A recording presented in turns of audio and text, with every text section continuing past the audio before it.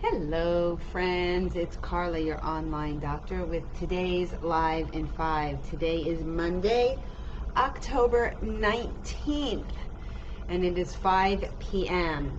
So, Friday, we started comparing different face masks people are using and their relative efficacy and comfort levels. So, we talked about the neck gaiters, we talked about bandanas, we talked about masks with exhalation valves. We talked about cloth masks, enhanced cloth masks with more layers, and surgical masks. And we finished up with the filtering face piece respirator mask, or the N95 mask. So if you missed that one, go back and catch up, do your homework, and get the information there, because we're going to finish up today with some ones you may not be familiar with and some you may. Okay, so number 8 on the list, the international respirators. Okay, these are the imported masks the FDA authorized for purchase to help meet the demand when things were crazy, and they're still coming and people are still buying them. They function essentially the same as the N95 masks, but have different product names due to being approved under comparable standards in their respective countries. So, for example, the KN95 masks are the ones made in China. The FDA has a full list of approved imported respirators. Okay, so make sure that you are going onto that site to confirm, especially if you're buying on the internet or Amazon, things like that. You want to make sure that at least you're getting what you think you're getting, right? Let's just put it that way. The CDC offers advice on their website about purchasing them, including how to identify the warning signs that the masks don't perform as advertised. Okay, so buyer beware whenever you're buying something. This is true for anything, not just face masks, but anytime you're buying something from an unknown vendor or over the internet, you just don't know what you're getting.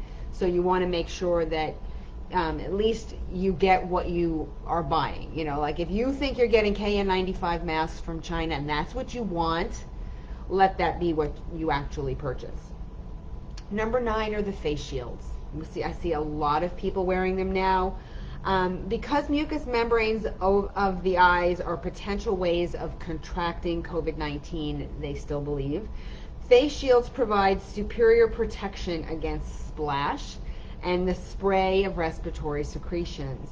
Now, a recent study found the infection rate dropped from 19% to 0% when healthcare workers were given face shields that were made of polyethylene terephthalate with a 250 micrometer thickness, in addition to, and hear me, in addition to a 3-layer surgical mask and other protective equipment. Okay, the CDC does not recommend the use of face shields alone. I see a lot of people wearing them without a mask. It's just not giving you the proper protection. In combination with a mask, definitely is going to improve your chances of decreasing any respiratory droplets or aerosolization that could get to you. The shield should wrap around the sides of your face to the sides and extend below the chin, and can be cleaned and disinfected after each use. So again, this is a potential option that is definitely increasing the value of what you have, but again, it's another layer. It's just one more thing. I know people who say they fog up very easily, just like glasses would fog up. They recommend kind of tilting it out a little bit. Again, still below the chin, but tilting it out so that what you're exhaling doesn't kind of mist up or fog up your shield. Okay? Number 10 on the list is a clear face mask. Okay? So that's here where it's kind of like material all around, but then clear all in the front. So blocking the mouth with a covering creates challenges for the deaf and the hearing impaired who rely on lip reading. It also impedes language development in young children. So the FDA has recently cleared a fully transparent surgical grade face mask for this purpose. Again, this isn't so you can wear lipstick and look all pretty.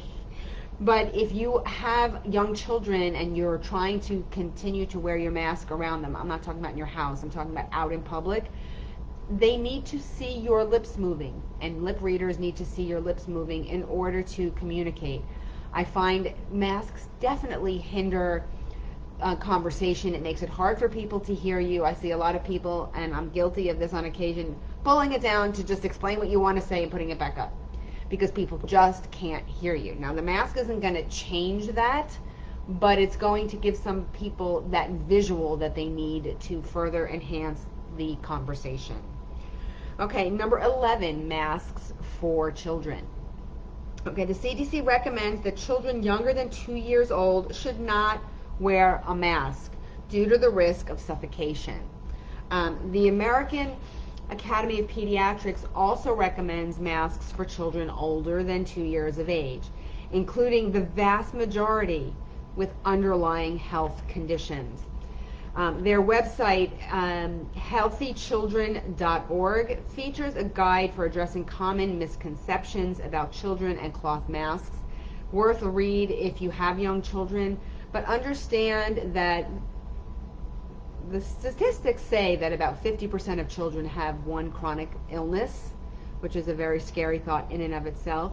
But when you're dealing with kids, even though the kids do much better, teenagers do much better, we know all of that, but you don't want your kid to get sick. You don't want your kid getting sick at school, and you certainly don't want them getting sick and bringing it home to you and or grandparents.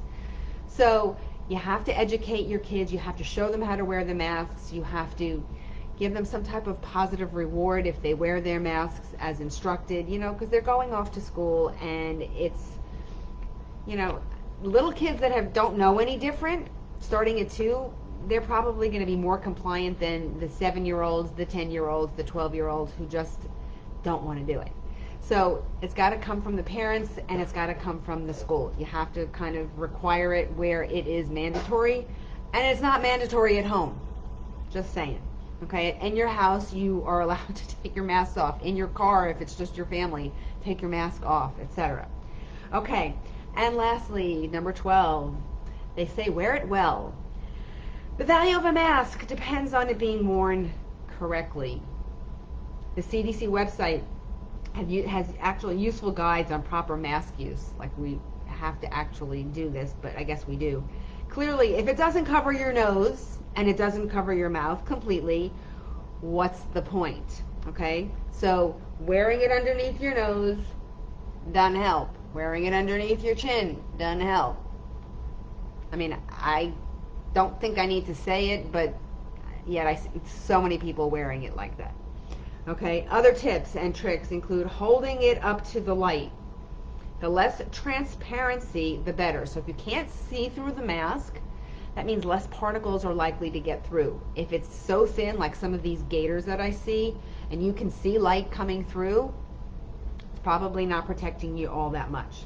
Also, try blowing out a candle or a match with it. It shouldn't be possible with a high quality mask.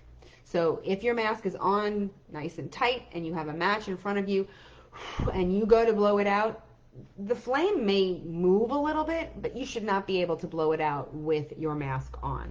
Now, masks with built-in air purifiers, self-disinfecting masks, and many, many more bells and whistles are in the works. If you keep looking on the internet, you're going to find tons of these things, but they're going to be costly and probably just unnecessary toys.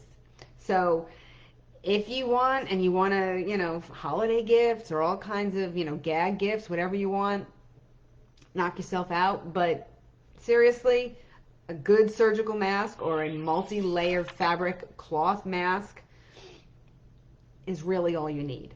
So on that note, I hope you're having a wonderful day, and I will see you again tomorrow for another Live in 5.